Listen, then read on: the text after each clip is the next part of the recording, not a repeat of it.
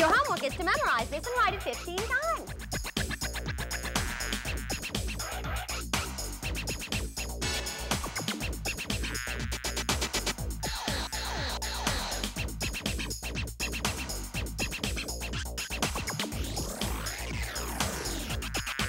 Welcome to the coolest, hippest half hour of fun on TV. This is Brain Stew with Jennifer Pulley. Coming up next on Brain Stew. Yikes! We come face to face with some dinosaurs. Plus, we take a look at some slimy reptiles and a tortoise that's over 35 years old. And we have an experiment that will make a lasting impression on you. Don't touch that remote. Brain Stew is next. Hey, and welcome to the show. My name is Jennifer Pulley, and today we're going to talk about reptiles. But first, we're going to step back in time, and we're going to come face to face with some really mean-looking dinosaurs. I know, you say dinosaurs are extinct, right? Well, they're back. And here at the Virginia Living Museum today, we're gonna see these dinosaurs and get up close and personal with them. Rah! Hey, let's get a photo. Cheese. I'm here with my friend Bob and Annette. How are you doing today, Bob? Wonderful, thank you. Great. I'm Good so excited to be here. Are dinosaurs reptiles? Tough to answer. They were a special type of reptile. Now, what leads us to believe that is that you can see from the skin here, they had a hard, scale-like skin. Yeah. If you were to look at their skeletal bone structure, it very closely resembles that of reptiles, especially the jaws. They lay eggs, reptiles do that. However, there's some other evidence that says maybe they were a little bit different than what we know as reptiles, in that the eggs have hard shells as opposed to leathery shells. Yeah. It looks like there may have even been laid in a nest and with parental care, and then after they were hatched, they hung around together in a herd, or maybe kind of like a flock or something. So what I'd rather you say is they were a special reptile. They were special when they were around 65 million years ago. Now I know that animals are classified into three groups of herbivores, eating plants, carnivores, eating meat, and omnivores, which eat both. We're omnivores. Most of us. Most of us, that's right. Tell me about the dinosaurs and what they are, and tell me what you've got. You pretty well hit it on mark. The ones that we're in front of, which are Apatosaurus, are long-necked sauropods is what they're called. And you can see from the big one that she's having plants for her meal. And the difference between the two, for example, her teeth are going to be flat for grinding. You can see she needs to brush, that's correct, because she's got teeth that are close together. She needs to floss. And you can see the front teeth, those are clippers that she would pull vegetation off with and then grind it. Whereas the meat eater that we'll see later on, the best example of that being the Tyrannosaurus rex, is going to have long, sharp, pointed teeth for cutting and slashing and ripping and tearing. Now, do you have some examples of these teeth? Oh yeah, we sure do. This one, for example, is a sample of a grinding set of teeth that you'd find on a sauropod. And if you stop and think about it, they look very similar to the ones that we have in the back of our mouth, our molars. Okay, so grinding teeth. I'll replace that with one of the teeth from the Tyrannosaurus rex that we're going to see later, and you can see that his is pointed. If you actually saw one, it would have serrations for cutting. You and I have both. We have the pointed cutting teeth, we have the flat grinding teeth, so we are omnivores, that's right. Did dinosaurs fly? No. Now you've got to define dinosaurs. We've already said they were a special kind of reptile. Right. They lived during the Mesozoic era, 225 million years ago. They were land-dwelling by definition, so they did not. There were flying reptiles, but by definition, they're not dinosaurs. Hey, I think I recognize this guy. Yeah, this is a Triceratops. Lived in the late part of the Mesozoic era. Has the horn on the front. Yeah. This is a sample of what that horn might have looked like. May have been used for defense More than likely, however, it was used for sparring for territorial supremacy, or perhaps like deer spar with their antlers to determine mating rights and so forth. Okay, tell me. I'll tell you. Was it a vegetable eater, a plant eater rather, or a meat eater? This guy's a herbivore. You got it. Yes, I knew it. He's got those grinding teeth. Good for you. Dinosaurs are cool and everything, Bob, but are there any traces of dinosaurs here in Virginia? Yes, there are. Up near Culpeper in a stone quarry, they found trackways of various dinosaurs. Cool. This is the footprint of one of them.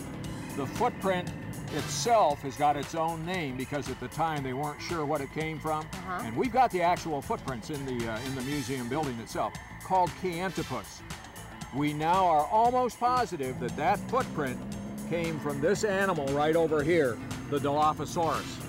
And the Dilophosaurus, if you are familiar with the movie, is the one that is known as the spitter. What did he eat? Jennifer? He was a carnivore. A carnivore, that's right. I was asleep there, sorry. No. I'm awake. He lived long before T-Rex. He lived in the early part of the Mesozoic era. He lived right near that 225, 200 million years ago and died out long before Tyrannosaurus rex. Where did they get the name raptor? Raptor dinosaurs are the ones that have a sickle-like claw that is used for slashing. That makes it a raptor then. That makes it a raptor. That's not yours. You got some long fingernails there. No, I took these off of one of our visitors. But they have a slashing claw that is usually used to slash at the belly or the chest, disembowel, as opposed to kill with the teeth and brute force and crush like the theropods do. Yeah. There are tons of dinosaurs here. Bob, what's this? This is a stegosaur. Stegosaurs are a whole suborder of dinosaurs, most noted because they have the plates on the back and they have, if you can see through here, those long spikes on their tail. Yep. And that's what this is. This is one of those spikes. Oh, neat. That'd ruin your day if you were hit by that. I can imagine. That's, in all probability, what they were used for as part of the defense. On the other hand, the plates on the back were probably used to cool. In other words, blood goes in there, it may have cooled. On the other hand, they may have changed colors and been used for attracting a mate. Not real sure of what the intentions were. Did the color have to do with their camouflage too? That's a good question because colors do not fossilize. So what we do is look at what colors are used for today, like we discussed it with turkey. Yep. And some colors are common to animals and they're used to camouflage. And there were patterns that were found on the trace fossils of the scales, then conclude back that, okay, maybe they lived in a wooded area and would have been brown and yellow and would have been speckled like that, and that's camouflage. Could we be wrong? Sure could. Yeah, we weren't around. What's the biggest dinosaur here?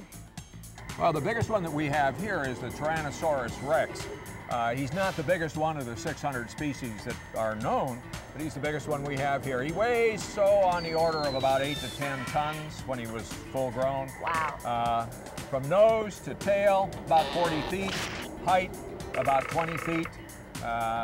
Even though there are some bigger ones that are in the process of being discovered, most people consider him to be the king of the block, so to speak.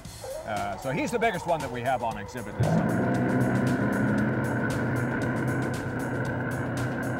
What happened to make these dinosaurs become extinct? A number of theories. Oh, God. 65 million years ago, something did happen. The best accepted one right now is that a large meteor hit the Earth, blew up a bunch of sand, this is very simplistic, blocked out the sunlight, changed the climate appreciably. Things stopped growing, the plants. Who ate the plants? And who ate the things that ate the plants? This is whole food. And the whole food chain died up. Exactly. And there's a number of other theories. That's the one that, simply stated, is most common. Are dinosaurs really extinct? Good question. Now let's review what we've talked about. Dinosaurs were egg layers. Yep. Okay. They laid their eggs with probably hard shells. They laid in a nest. They had parental care. Okay. So far. There's now evidence also that they may have migrated. Can you think of an animal today that might do that? I've got something in my mind. How about that? So there's a very large amount of evidence now that says maybe dinosaurs aren't all that far in the past. You may be feeding them out in your backyard, in your bird feeder. This is a screech owl, nocturnal raptor. Remember the word raptor? Those okay, claws. those are talons. And nocturnal, of course, nighttime hunter. And owls are known for that. Bob, thank you so much for this. I learned so much. It's really a pleasure to have you with us.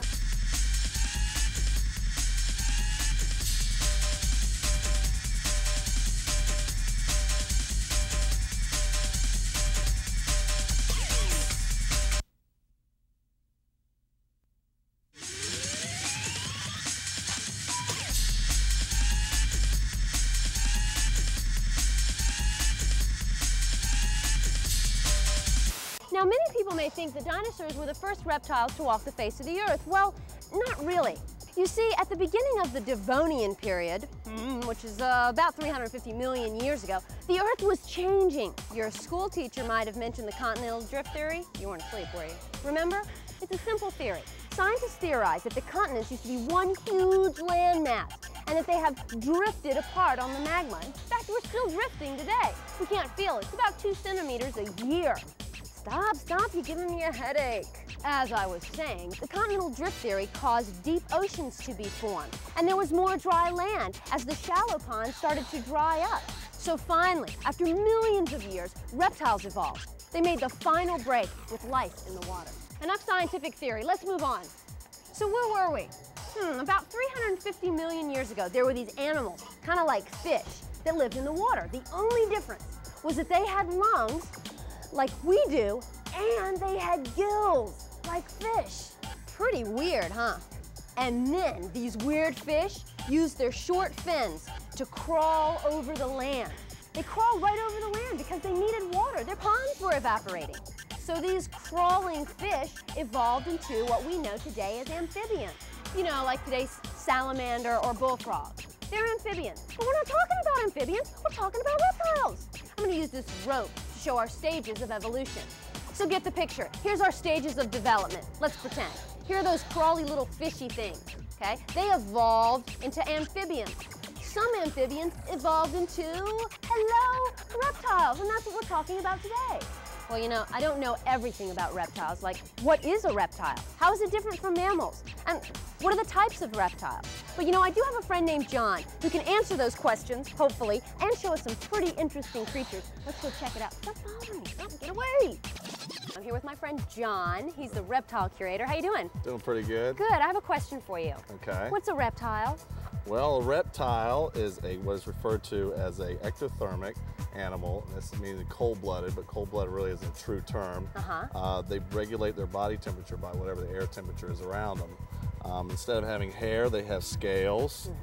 So that's and what else do? They're cold-blooded, or well, they adjust to the. They adjust to whatever the hot temperature. outside. That's why you'll ever see them like turtles sunning themselves on a log, or you'll see a snake laying on the road in the sun.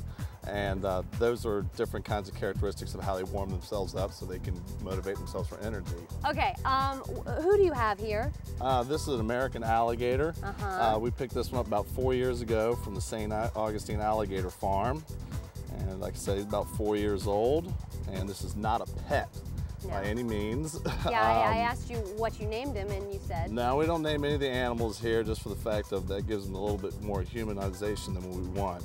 And this one's pretty docile because we've had him for so long, it's handled so well. But he does have a lot of potential of causing damage. What's the hissing noise that I hear? That's just a warning, kind of like how some snakes hiss and stuff like that. It's just a warning, just to make some noise, get your attention. Oh, well, he's got mine. Okay, mammals have 4 groups or orders. What are the orders of reptiles? How many are there, and what are they? Well, there's 4 basic orders of reptiles. You have lizards, turtles, snakes, and crocodilians, which are alligators and crocodiles. Okay. Then we have the 5th one that's kind of off on its own, the oddball group, and those are tuataras. Those are kind of lizard-like in New Zealand. reptiles in New Zealand. Where we're going right after this. Yeah. Okay, right. Okay, what do you got here? This is a savanna monitor. This one typically is found all over the savanna areas of Africa. Wow. And this is another, this is a characteristic too, a difference between lizards and snakes, is the ear openings. Yes. Snakes don't have these, and obviously this one has legs. The tongue is the same as the snake. Yep, use the same thing as it would use for tracking its food. Eyesight better on a lizard? Eyesight's much better on this one. The same kind of eyesight method though is with basically seeing movement, and they track with their tongue. Okay, and they have teeth? Yeah, this one's got serrated, it's very serrated teeth. Okay, and he's a omnivore or carnivore? Carnivore. This is a carnivore. And can I touch him? Yeah. Or is he kind of... Again, there are those scales again. Yep. All right, and those feet. All right. He's a cute little guy. That's the difference too between lizards and the alligator. This one's got 5 toes. The other one had 4. The alligator had 4. I didn't even notice that. I need to pay attention. All right, John, that gator was pretty cool. That was cool, but what you have here is in a different group, right? Uh-huh. This is in the... This is a python. And this is what is referred to as a Burmese python. This isn't a normal color. This is an albino Burmese python. Okay. The pet trade typically breeds these for these colors because you can see how pretty they come out. Yeah. But an animal like this in the wild would not survive because it would not have the camouflage, which is its #1 defense. Sure. Now this is in the snake category. Uh-huh. It's still a reptile. Right. Different from the gator, I don't see any teeth. Does he have teeth? He has teeth and he has quite a set of row of them. His teeth are kind of like hooked back, not like a fish hook, but without the barb. Okay. And basically the same thing. The teeth are strictly set up for when the animal lunges out, grabs a hold of it, coils around. It's a constrictor, so it kills its prey by suffocation. But they still have teeth. Yeah, very sharp teeth, and they're just held for holding. What is his tongue for? It's the way that they taste the air, and it's where they track their food down. How long is he? I didn't even ask you that. This Burmese will go 15, 16 foot. This one's around 6, 7 foot. That's bigger than me. Yeah. Cool. John, what are these little things right here? They look like little holes. These are what they're called claspers. They look like little hooks. Yeah. And basically what they are is they're remnants of what used to be legs. They're called vestigial hips. And the theory behind snakes is that snakes evolved from burrowing type lizards. And they're the last of the reptiles to evolve. And they're the most prolific of all reptiles. They're found everywhere on Earth except for Antarctica. Okay, John, we've got another creature here. This is in a different category. I guess we're looking at a... This is a turtle. Okay. And this is Virginia's largest freshwater turtle. This is the common snapping turtle. They're pretty much found all over the southeast in any ponds and anywhere. Anybody that's Not ever... this big. No, they commonly will get this big. Wow. This one's about 40, 45 pounds and very poor tempered. Yeah. Not very nice. No. They are very strong, powerful jaws, and this one could very easily take off a finger real quick. Really? How long is he? Oh, this one's probably about from nose to the end of his tail, about a 1.5 feet to just under 2 feet long. Okay, well, he looks like he's getting a little angry with us, so. Yeah, he's a little excited. He's gonna snap right at that camera. Yeah, it's a beautiful face. No teeth. No teeth, just a very hard-edged jawbone. And it's just basically made to grab a hold of something and just crush it. These guys, our defense mechanism is just to stay hidden. These are the type of turtle you'll never see basking on a log. They stay underwater pretty much always and stay well hidden. And when they get to this size, they have no enemies. Yeah. I don't think anybody wants to tangle with these. All right, well, maybe he needs to go back to his room. Wow, you've just infiltrated my brain with all this cool information. What's the one thing that you would kind of tell me about reptiles overall? Like, what's something important about reptiles overall? Well, reptiles have their place in nature just like birds and mammals and all the other animals. And if you do come across these animals out in the wild, it's best just to watch them from a distance. Yep. And they all have their place. They've all been put here for a reason. Free, at last. Looks like an old man with baggy pajamas. He does, look at him. He's still got his jammies on. That's a big tortoise. Give him a bath. Shower time. Yeah. Sing in the rain.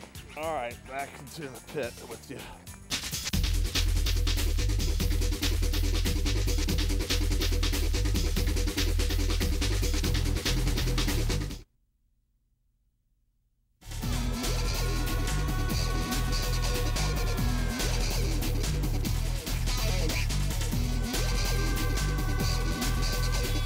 Some people have cats, like me. This is Malibu.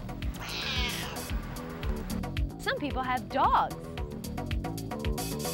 But those types of pets are all mammals! Do you know anyone that would have a reptile as a pet? Well, I have a friend who does. He's a veterinarian, a doctor that takes care of animals. Let's go check out his exotic pet. I'm here with my friend, Dr. Morris. How you doing, doctor? Very good. How you doing? I'm great. I'm great. Now most people, myself including, I have a cat. Most people have cats and dogs. What kind of pet do you have? You're a little different here. I have a tortoise. This is a California desert tortoise, and his name is Sherman. Look at Sherman. Hey there. Now, you said he's a tortoise. Right, yeah. Okay, what's the difference between a tortoise and a turtle? Turtle? Yeah. Well, a tortoise is a land dweller. They live on the land. And a turtle lives in the water. You can tell a lot by their feet. If you look at a tortoise's feet, it's kind of geared more toward land. He has a foot back here that kind of looks like a elephant foot. Yeah, it's flat. You see? Exactly. Yeah, and he's a little rough and tough. He can handle But he's still a reptile. Mm-hmm. Okay. Still a reptile. Where'd you get Sherman? I got Sherman from California. I was in Long Beach. And we fixed him up. He got hit by a car. He came into the veterinary hospital and he got cracked. And we used a surfboard repair kit and fixed him up. How appropriate out in California, Yeah, huh? it was actually. Wow. He had a little of a problem too. We had to do an operation on him, and we had to cut him right there and take a big old stone out of his bladder, and then we had to put another patch on it to close him up. And how old is he? He's about 35 or 40. You can't really tell, but he's older than I am. You're kidding me. Yeah. What do tortoises eat? They eat vegetables, and these guys usually eat cactus and stuff like that. So they're herbivores? Totally. Okay. Totally herbivores. And see if he'll eat for us, but we feed him kale and zucchini. That's his favorite. He also likes hibiscus flowers, those little pretty ones that you see. The red ones. Yeah. Are tortoises good pets for kids? Very good pets. Or And there's for all adults? kinds of them too. A lot of pet stores have tortoises, and they're excellent pets. They live a long time. They don't require a whole lot of care. Somebody can check on them. If you have a really good cage for them and you go away for the weekend, I can just check on them. Yeah. And most of the time they'll hibernate in the winter time, so you just put them in a box and keep them in the closet. Sherman, I want to thank you. Oh, and Dr. Morse, I want to thank you also for sharing this information with us. Sure. He's very interesting. Yeah, he's a good boy. Nice pet to have. Have you ever wondered how dinosaur tracks were formed? This is what you're gonna need.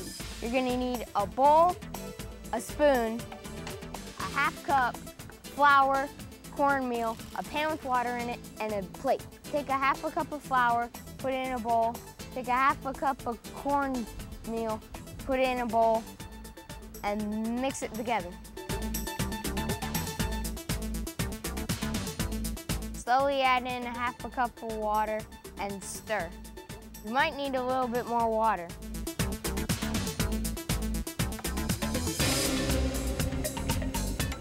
This is your homemade mud. Pour the mud mixture onto the plate and smooth it out with your spoon.